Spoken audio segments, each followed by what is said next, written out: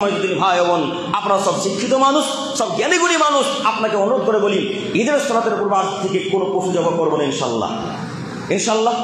তবে হ্যাঁ, এখানে একটা কথা মনে রাখবেন যে চন্দ্র উঠে গেলে নাকি পশু জবাই করতে হয় না। শোনেননি আপনারা? জানেন না?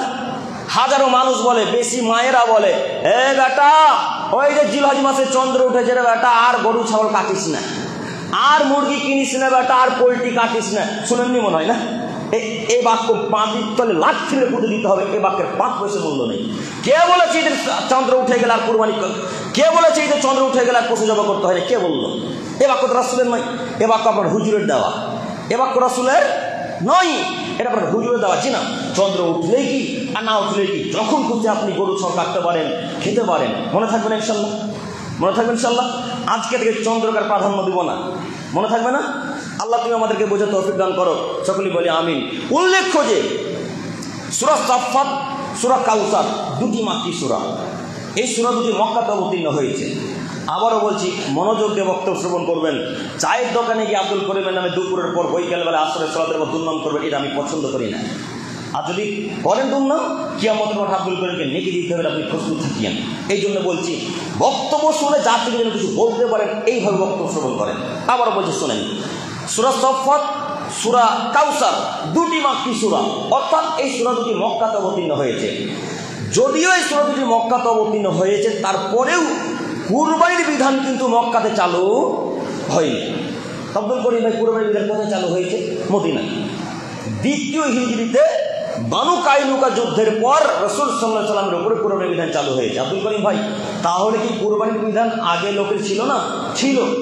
মধ্যে কিছুদিন কুরবানি বন্ধ হয়ে গিয়েছিল, মধ্যে কিছুদিন ঈসা আলাইহিস সালামের পর থেকে নিয়ে কুরবানি চলতো না, তারা কুরবানি দিত না। আবার বানু কাইনুকা যুদ্ধের পর দ্বিতীয় হিজরিতে মদিনাতে আল্লাহ নবী সাল্লাল্লাহু আলাইহি ওয়াসাল্লামের উপরে আমাদের আল্লাহ কুরবানির বিধানকে চালু করলেন। মনে থাকবে ইনশাআল্লাহ। এই কুরবানি দ্বিতীয় হিজরিতে মদিনাতে চালু হয়েছে, মক্কাতে নয়।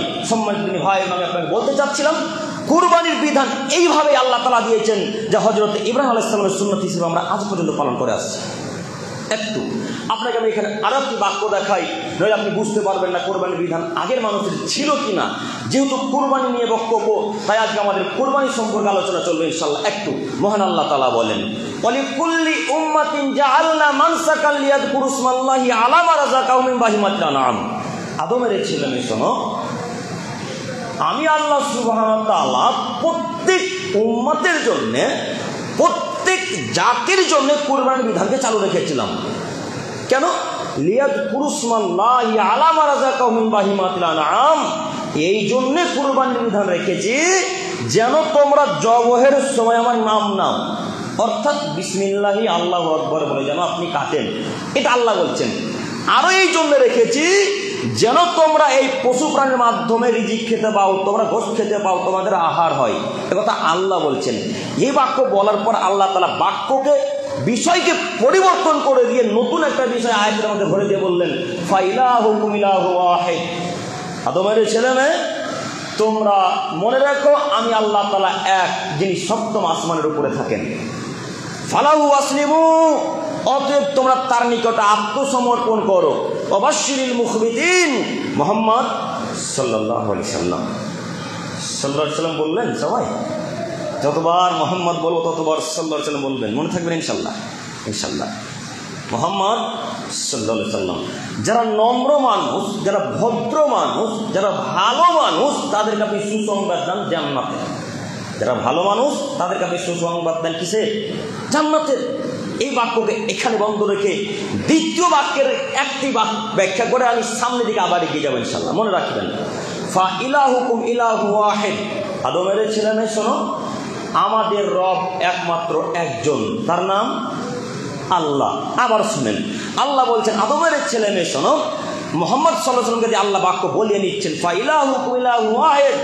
পৃথিবীর মানুষ, তোমরা মনে রাখো আমাদের প্রতিপালক, আমাদের আল্লাহ একমাত্র একজন, যিনি সপ্তম আসমানের উপরে থাকে। এই বাক্যকে এখানে আমি রেখে আপনাকে একটি বাক্য বলতে চাচ্ছি, আমরা সবাই আল্লাহ এক বলে মানি তো, তাই না? আমরা সবাই আল্লাহকে এক বলে মানি, একথা আপনি বলছেন, কিন্তু আমি আব্দুল করিম আমিনুল ইসলাম আপনাকে বলছি, জি না, আপনি আল্লাহ এক বলে মানেন না। আপনারা কেউ, প্রায় মানুষ, লালগোলা, মুর্শিদাবাদ, জঙ্গিপুর, যেখানকারই হোক না কেন, প্রায় মানুষ আল্লাহ এক এটা তারা বিশ্বাস করে না। আব্দুল করিম ভাই কেমন নতুন কথা বলছেন, এতদিন ধরে আমরা আল্লাহ এক বলে বিশ্বাস করে আসছি, আজকে বলছেন আল্লাহ এক বলে মানি না, মানে কথায় হিসাব করে বলিয়েন, নইলে গাড়ির চাকা কিন্তু দেবো না। লালগোলাতে এসেছেন, জি লালগোলাতে এসেছি বলে প্রমাণ নিয়ে এসেছি, আপনি মনে রাখবেন, দেখেন আপনি আল্লাহকে এক বলে মানেন কিনা। আল্লাহ এক এই বাক্য যদি মানতেন তাহলে আপনার হাতে তাবিজ থাকতো। কথা বুঝতে পারেননি, কথা বুঝতে পারলাম না, না কথা বুঝতে পারছেন না? আল্লাহ এক বলে যদি মানতেন তাহলে আপনার স্ত্রীর সন্তান হয় না, ওই ফুরফুরা শরীর সন্তান চাইতে যেতেন। কথা ক্লিয়ার হয়নি, ক্লিয়ার হচ্ছে না? আল্লাহ এক বলে যদি আপনি বিশ্বাস করতেন তাহলে আপনার মেয়েকে জিনে ধরেছে, কালো ডোরার কালো ধাগা এই গলায় থাকতো না। এই জন্য আমি আপনাকে বললাম যে আল্লাহ এক, এটা আপনি মানেন না। দেখি কোন মায়ের বেটা বলে আমি মানি। যদি মানতে হয় তাহলে তাবিজের মুখে লাথি মেরে নদীতে পদ্মাতে ভাসিয়ে দিতে হবে, সামনে পদ্মা, এই পদ্মাতে ভাসিয়ে দিয়ে তওবা করে বলতে হবে আল্লাহ আপনি একজন সত্য মাসুমের উপর থাকেন, এটাই মেনে নিলাম।